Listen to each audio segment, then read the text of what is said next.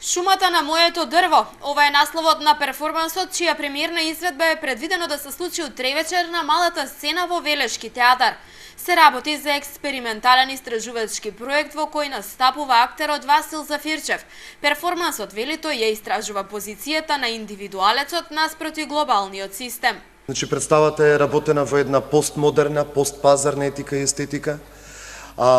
Комуницира прилично сетилно и емоционално со гледачот, без оглед на користениот текст внатре, кој што е повеќе изразно средство отколку некаква носечка информација.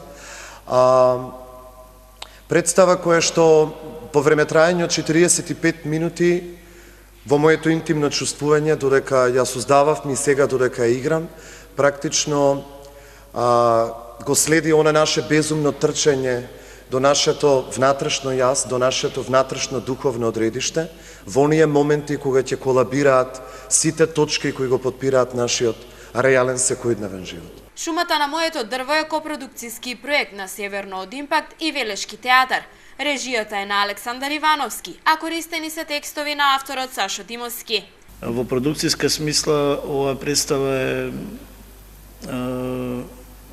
иако ќе има премиерата утре, значи веќе е поканета на два фестивала меѓународни. На 4 јуни ќе биде изведена на фестивалот Бабел во Романија и некаде на крајот на октомври ќе биде изведена на фестивалот Бомб во Сеул, во Јужна Кореја.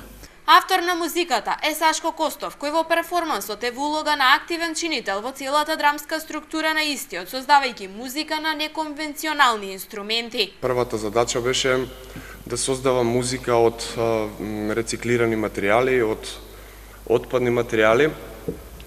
И втората линија е тоа што ќе се занимавам, веќе подолго време се занимавам со, се нарекува Foley Art, а тоа е уметност која што се бави со имитација и доловување на звуците кои што секојдневно ги слушаме во природата, а тоа се, например, чекорењето и газењето на листовите, туркањето на гранките, игра со вода, игра со песок и уште многу други останати работи.